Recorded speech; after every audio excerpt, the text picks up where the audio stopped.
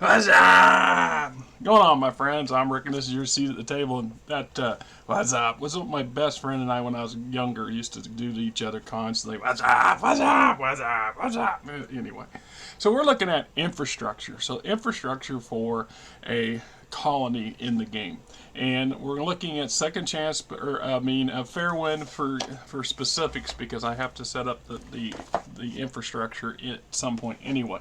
Perhaps the largest build in the game is your infrastructure. It's also the longest term. In some ways, the infrastructure never stops. And what do we think of infrastructure when the term comes up? So here's what I've got down. Even the smallest settlement or a primitive society creates infrastructure. Dirt paths and crude log bridges, to name a few. The structural foundation of any civilization, infrastructure connects everything together. As colonies' population grows, so does its needs for infrastructure. Paths become roads, ever larger rivers need bridged, better water and sewer systems are required to keep the population happy and healthy. Every world with a settlement on it has some level of infrastructure. Its level of sophistication is dependent on worlds of age of development. Higher tech worlds require advanced infrastructure before larger, more complex builds can be constructed. So basically, our system is based on the Imperium tech level system. So it starts at actually tech level 0, which by the Imperium standard would actually be probably a little more advanced than we are on Earth today, circa 2023. So, -0 and lower, so -2 infrastructure, or -2 tech level, for example, would be equivalent to the information era, unlike what we were 20 years ago, for example. So, and you can go back to Bronze Age, Stone Age, Renaissance. It's all in there. There's actually a section in the back of one of the books that's quite extensive on how this stuff plays out. In part because if you pick up lower tech worlds and you choose to acquire them or conquer them or negotiate with them or whatever, you need to have as much information as possible on those places to do so effectively, in my opinion, which is why the rules or the mechanics are in play. And I should watch how I say that, because mechanics are what they are. Rules are something a little different. Mechanics shows how things operate. How you apply them is how the rules are working, I guess. So, yes, are we playing under the door now? Yeah? What, you want to back out from under there? I got Cece in here. She wanted in here. Now she's over there by the door playing under the door. Like, I don't know. So anyway, investing in infrastructure. Infrastructure is unique among the builds, as it does not require a build slot, construction time, or that a house have all the material needs in place before starting on it. An IFR is an investment in the colony itself. When a house establishes its Commerce and Labor Ministry on the House-controlled world, the CNL begins to recruit workers in Texas, stated in the IFR.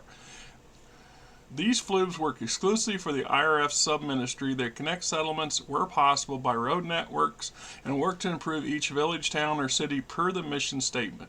IFR is considered complete when all the needs, credits, and support builds have been met. This does not mean that it is finished, only that the next level IFR has begun. For example, when IFR 1 is complete, IFR 2 has officially been started, even if the current level completion is 0%. Completed IFR continues drawing needs and tax costs per cycle. Do not deduct completed IFR from your exchange. It continues recruiting workers as listed. While a colony may be working on rural IFR near its settlements, rustic IFR continues to expand out into the world's wilderness. Roads are being laid, bridges and tunnels, etc. are still being created. In essence, the planet enjoys multiple layers of IFR over time. Rustic on the outskirts and rural in and around the settlements, and more improved as it goes on. So, and these are expensive. This is an expensive endeavor. It's a pit. That's by design, yes, that's intentional, but it also serves a purpose. So, for example, very early on when I was in the game creation stage of the first version of this, I had to test a player who was really he chose a swampy planet.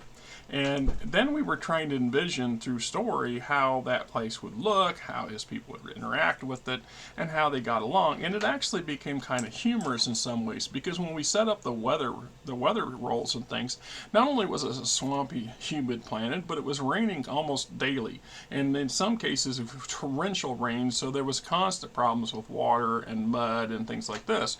And his people would be slogging through the streets. Think of all you got to do is go back and look at some of the pictures of some of the Wild West, the Old West settlements, the mining settlements and stuff from the 1800s, and look at the conditions of even modern day cities at that era. San Francisco, it was notorious for having horrific streets. When it rained, entire wagons could sink into the muck and disappear. And they still find artifacts today, and when they dig up locations where streets were, because everything that you didn't want, you just threw out in the mud, because the mud was going to suck it down. And so in his case, he started getting frustrated with it because it was slowing down a lot of everything. And he says, well, how can I deal with this? Well, we started coming up with things like, well, maybe your guys can go find a gravel pit, a place where you can get gravel, create a gravel pit. And we went from there. So his first endeavor was actually to log the nearby jungle, as much wood as he could get, and then drive huge pylons into the ground, which actually works. I mean, if you understand how engineering stuff works, some of that's one of the more oldest forms of construction for unstable ground.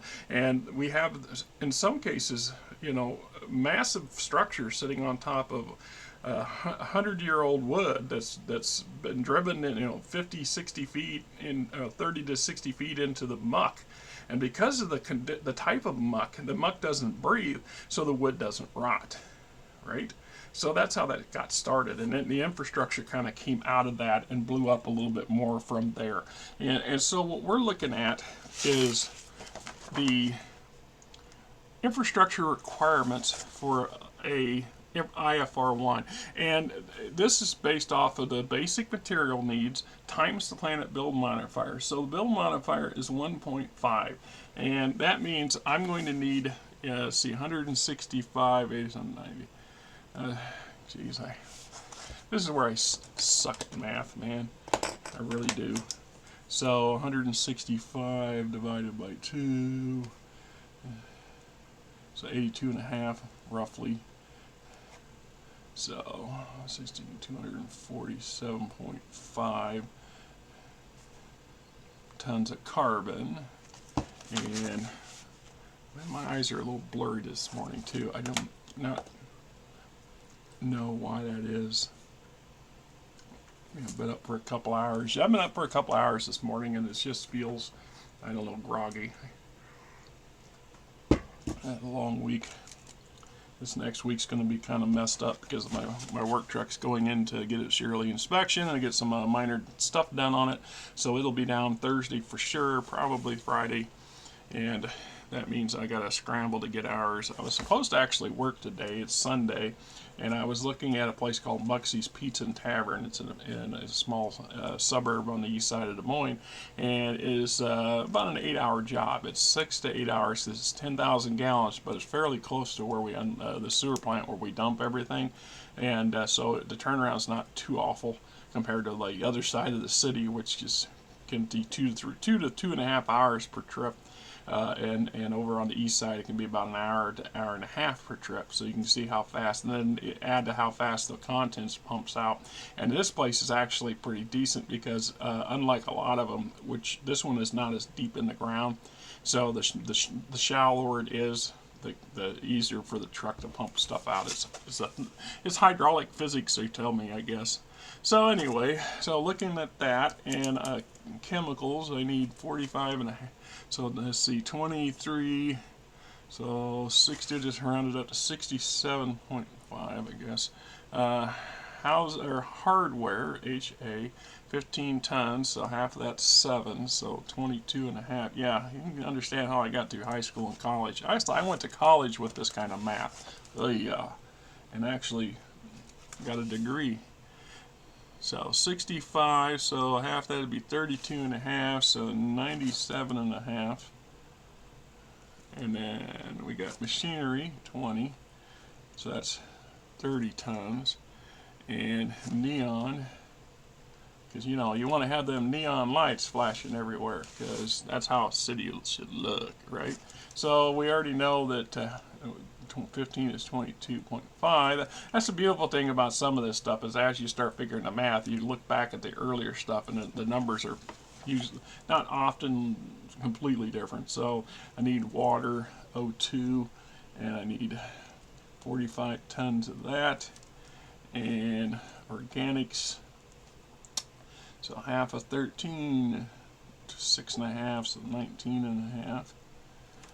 Steel, I need 55, so 25, 27.5, 57.5, 62.5. If I'm off a little bit, who gives a damn? I mean, it's here, the main part, right? So, tools, we need another 45 tons of those, and utility vehicles. 45, so 67.5. So you can see already I'm going to need a pile of material.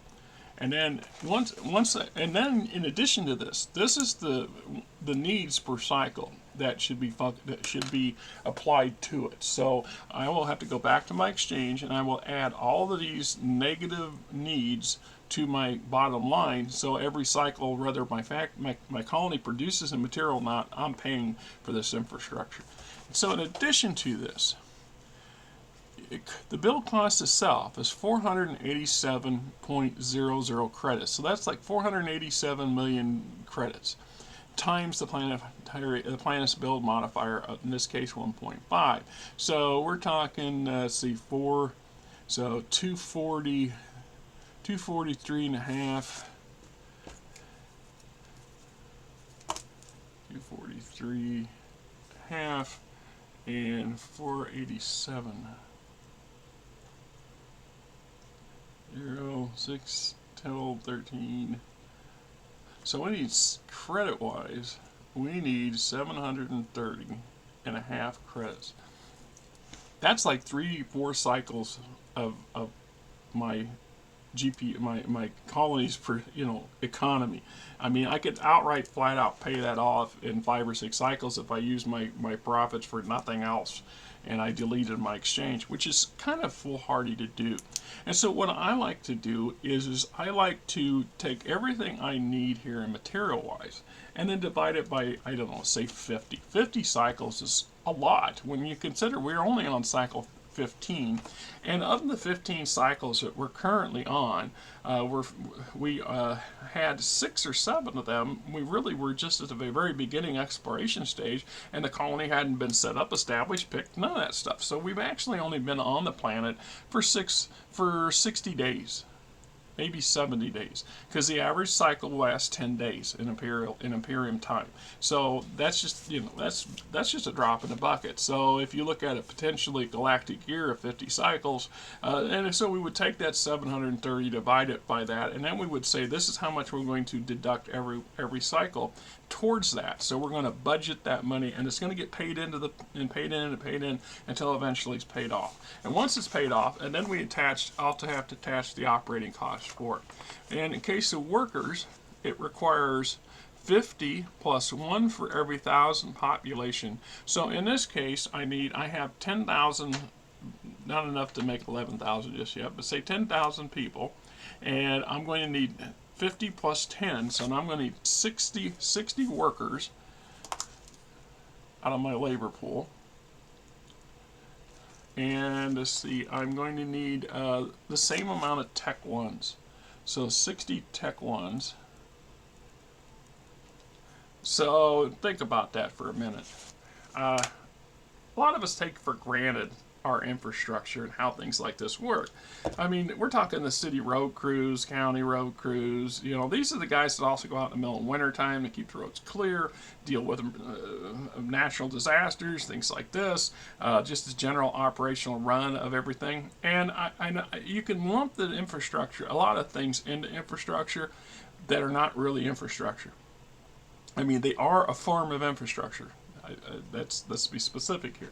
So we actually have a wastewater treatment facility that's a build, and at some point your colony will require that build to be installed, and that becomes your sewer system for your planet. And then there is also a water treatment facility, and that is also something that's mandatory at a certain infrastructure level. It's just like certain support levels of government buildings and things like that. A lot of it's all interlinked, and it's meant to be that way for a purpose. The whole point of this is to be an accountant's nightmare.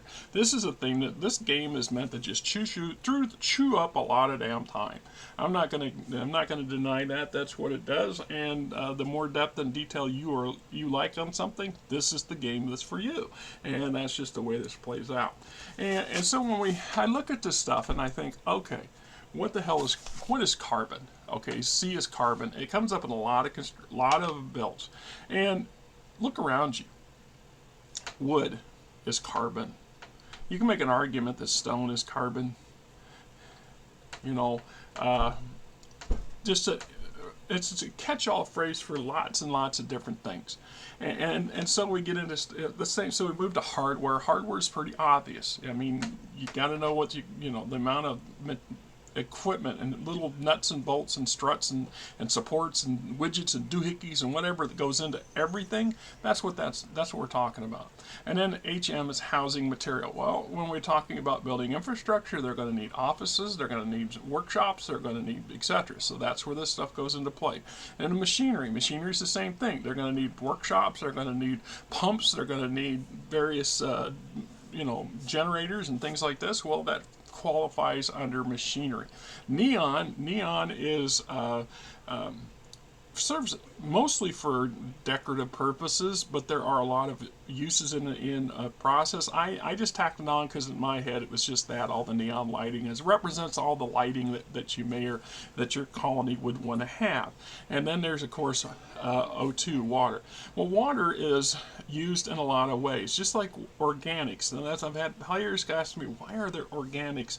Why do we have carbon organics in water as part of infrastructure?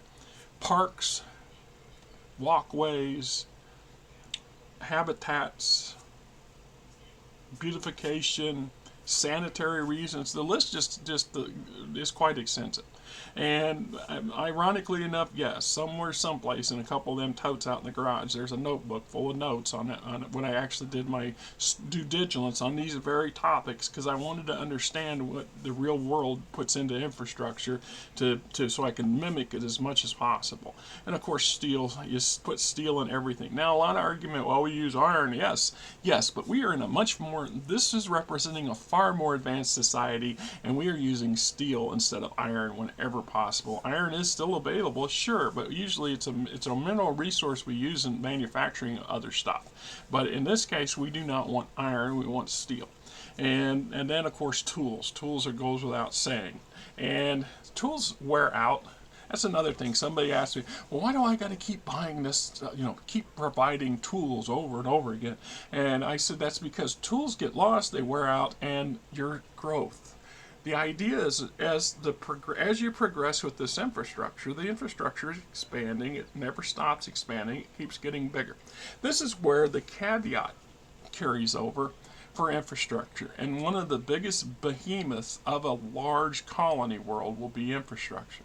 In part because, like it says at the opening explanation, infrastructure does not end. So even though we get all the material needs required, and we pay the bill, and we staff the entire infrastructure, at this point, it's complete. And we have 100% Tech 1 infrastructure in our main colony. But it keeps expanding until it covers the entire world. And then even as the next layer of more advanced and sophisticated infrastructure gets placed on top of the old infrastructure, the existing old infrastructure is still there. It is the bones, and then we're going to put the sinew and muscles on top of the bones, and then we're going to flesh it out and meat and so on and so forth. So in this case, it never stops. So we plug this into the exchange, and all the required needs and the monetary tax needs at every cycle forever. And then when we go and we start the next infrastructure, once this is complete, we start number 2, and number 2 is going to get added to what's already on the exchange. So we're not going to remove nothing from the level 1 infrastructure. We're just going to tack on level 2, level 3, level 4. You see, it's kind of a Ponzi scheme. It's a bit of a pyramid on purpose, right? So when it talks about, as an example, take a look at the mission statement for IFR1. CNL crews work to expand crude gravel roads, bridges, connecting settlements as terrain allows. Within settlements, CNL crews create and maintain streets, sidewalks, small parks, and basic public amenities as the environment allows, using easily obtained materials and organics. A crude landing field is located at the planetary capital, serves as a spaceport until a proper one can be constructed. No mass transit exists unless established by an event. And then we have random development. Roll once for each cycle. So while you're in the process of doing your infrastructure, you may make a roll every cycle on those little micro chart. And what you're going to you may get out of this is a village is established, 1D10 Tech Zero houses, or 1D10 slapdashes are built with Tech Zero farms. A Tech Zero mine opens. A Tech Zero craft hall or factory is constructed. One randomly rolled prefab is set up. Local community holds events to raise credits to equaling 1% of the IFR build cost. So there's the advantages. It's going to help your colony to expand and grow. And that's something that came up early on in the game development too, because I had a player and he was beta testing his stuff, and he says, so we basically are going to build everything and nothing expands on its own. And I thought, well, how would you create a paper version of what would be a computer algorithm if this was a video game? And ideally being is that your colony is always in flux, always trying to grow and expand when possible. So when you think about humanity in general, people, what do?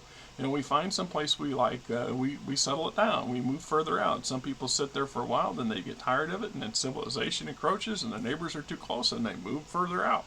I mean, that's how we've been since until recently, where we pretty much moved everywhere there is to move, and now everybody controls a stake of something and says that you can't come here unless whatever. So that's why I honestly believe that many of our problems from society's perspective is to do the fact that we are constrained in so many ways that it's becoming harder for the human psyche to cope with. Once we break through that faster light barrier, that light speed travel issue, where we can get out into the stars and we will be that empire that will continue to grow, because humanity is that way, and groups of humanity will break off and keep pushing further out and further out. Every game mechanic, science fiction story, everything I've ever heard of, that just all kind of plays out that way. So when we look at the mission statement for IR2, while the IRF-1 crews continue to expand rustic infrastructure into the countryside, IFR-2 crews are paving city streets and major roads between towns and cities where the terrain allows. Crude bridges are replaced with more modern ones using settlement streetlights are going up, and public safety measures are being added. Like stop signs, traffic signs, traffic lights, whatever. City parks are more refined, greenways where suitable are planned. CNL operates mass transit development. Buses and light rail systems allow better connectivity between settlements. Air and heliports now provide passenger service to settlements not serviced by roads. So when we get to that IFR2, things once again ranch up. We basically need most of the same material we need here, but we need more of it. And then we've tossed in a few, one extra item, it's industrial vehicles. So and then our cost is 650 credits times the max. So this would be over a billion, over 1,000 credits, and I need a lot more workers on not quite as many Tech 1s, but ironically no Tech 2s at this point, those that you get plugged in. But more important, just as important, is to look at the bottom. So when we look at IFR1, support builds required to complete. In order for IFR1 to be officially completed, you could have it all paid off and have all the material applied to it, but unless you meet this final criteria, and that is to have a colonial center, a CC, or a regional administration tower, or a RAT. And in this case, a RAT is a bigger government building that we would build at some point. Our colony comes with the colonial center, the government's seat. And so automatically, once you meet the financial obligations and the material obligations and the work obligation, the staffing, then IFR1 is officially considered complete, even though it's not really complete. And then you can begin on IFR2. You can actually, per the rules, as soon as IFR1 is officially complete, IFR2 kicks on, even if you have absolutely nothing invested in it yet. And that allows you to open up for for third parties to build factories and other things on your colony that require Tech 2 infrastructure as a base, and succeed with that. And in this case, the support builds required to complete IFR2 is the wastewater treatment facility. So the WWTP. Now it goes down here to second caveat. Worlds with non-breathable atmospheres now require enclosed landing platforms to replace exposed landing fields serving as spaceports. Prefab hammers of Tech 3 or higher are connected through hubs the CV can also serve. What are you guys doing? Yeah? CC managed to get the door up and go back out. And then the door closed by itself, and the wife came and closed the door. I don't know. So, at the end of the day, this is quite important because you've already, if you've followed along, you know that every cycle you go through all the ship traffic rolls and event rolls and things like this, and then we would tack this little micro chart onto that stage and make the little roll to see how my colony expands and develops on its own. And the thing with the now I lost my train of thought, damn it. Jeez. Between the blurry eyes and the I don't know, right? It's not like it's weird because I did not drink last night, so I feel like I'm kind of hungover, but I didn't drink last night. Try to cut my alcohol out a little bit more. I mean, I have a tendency to binge drink, I guess. I'll drink once a week when I'm drinking. It's going to be Friday night or Saturday night because I did not want to go anywhere, and I don't want to be going anywhere the next morning if I can help it. And so sometimes that's moderate, and sometimes it's a little less moderate. It's just but I don't want to drink every day, and I find it necessary in my mind to take breaks every now and then. I can say that I'm take a week off, take a couple weeks off, take a couple months off. So right now we're kind of in that, I don't know, trying to dry up a little bit or detoxify myself a little bit, maybe. I don't know. And these stupid metformin pills, these diabetic pills, mess with my shit too. Excuse my French. My doctors want me to go make an appointment to go see the eye, get an eye checked again for every year. With diabetes, every year you're supposed to get your eyes checked. So, and I think it's been 4 years since I've had my last set of classes. These classes here are going on 4 years old. So I'm thinking it's maybe time to get a new pair of glasses and get my prescriptions checked. It wasn't until I hit about 45 that I had to actually have reading glasses. It sucks. My hat's off to you folks that have had to spend your whole life with them. I guess you get used to them. So anyway, like I said, the infrastructure plays its role, and you need to further advance infrastructure to have more larger builds and things like that, and it also gives flavor and atmosphere to the planet. Non-breathable planets still have infrastructure. I've had people colonize. Like I said, worst case scenario, I actually made a beta test colony in an asteroid to see if you could do it. It was an errant, a very large asteroid, and because there was nothing else in the system, and I'd run out of gas, so the fuel for jumping my ships had come to an and my people were starting to eat themselves. So I thought, okay, the colonies. At that point, I realized there should be a cutoff to force you to colonize. So you, as a player, can choose to kill off 90% of your your colonists and still have a colony. It'd be much smaller and take longer for it to develop if you only have 1,000 people than 10,000 people, but it's still doable. It's just how do we get from here to there? So that's where the mechanics came into play about putting a cap on that and saying after so many cycles, your colonists will automatically settle the nearest doable thing. And in this case, it was an errant. And everybody, my small group of players at the time, was like, well, that ain't going to work. How are you going to do that? And I says, well, let's find out. And it's horrific. The build modifier's excruciating. It takes forever to do anything, but it is doable. And so the argument come back, well, why would you have infrastructure if you're in an asteroid? You're basically building a space station. Let's take a look at that for a moment. The ISS, the International Space Station, has infrastructure in it. It does, doesn't it? It has ductwork, and it has plumbing, and it has power systems, and it has structure that holds all that shit together. That's your infrastructure. You know? And you can bet your asses they're up there maintaining the crap out of it. Because if it fails, you're going to be in. It's a long walk to the nearest hardware store, you know what I mean. So there's your gist for infrastructure. I just one of those key pieces that gets glossed over or ignored until people start going, well, I want to build this, and they said, well, you got that done? And I said, no. Well, if you're going to follow the mechanics of the game, if you're going to apply the rules as suggested, then you need to follow this equals this to this, kind of follow along and do the things that are needed to be done. It's just the way that is. So, that's infrastructure, and till next week, and something else comes along. Still got a couple other things I want to do videos on, but I'm just not, like I said, my eyes are blurry, and I don't know.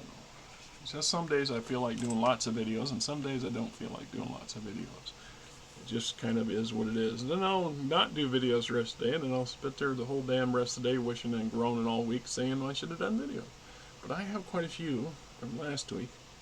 I was able to get a little bit of a jump, which is good. And this will give me one for a game not traveled for this week. So it means next weekend we just still have to do a couple more. I need to get besides I need to do the interview with the visiting merchant captain and the street samurai fella, because you know what, they're all viable things, and they're worth making the effort to acquire or to purchase or to hire, depending on how you want to look at it. Anyway, this is Rick. You're not. Till next time. Hope you guys have yourself a great weekend.